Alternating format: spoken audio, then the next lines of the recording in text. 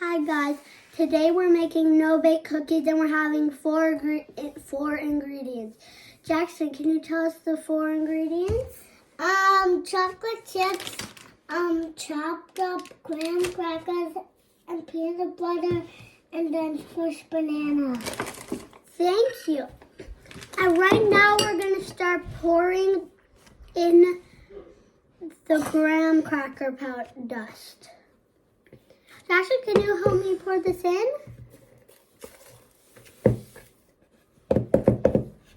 Thank you. And now we're going to do the smushed banana. Okay? See, now I'm putting in the smushed bananas. You can see them. Ew! Put bananas in graham crackers? They're going to taste good, Jackson. Okay. That looks smoky. Now I'm done doing this. Now we're going to put in the peanut butter. I love peanut butter so much that it's so entirely yummy. Oh, yes, it is very tiny.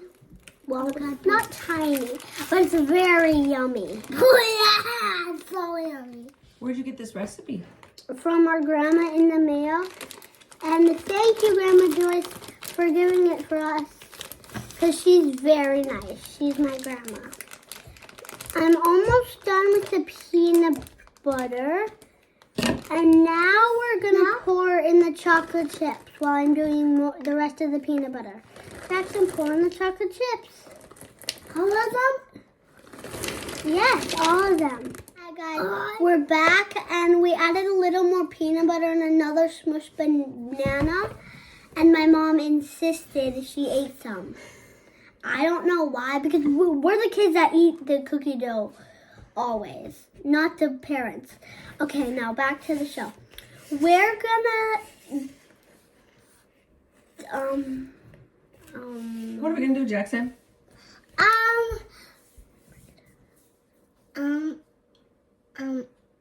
We're gonna make the Into dough. the ball.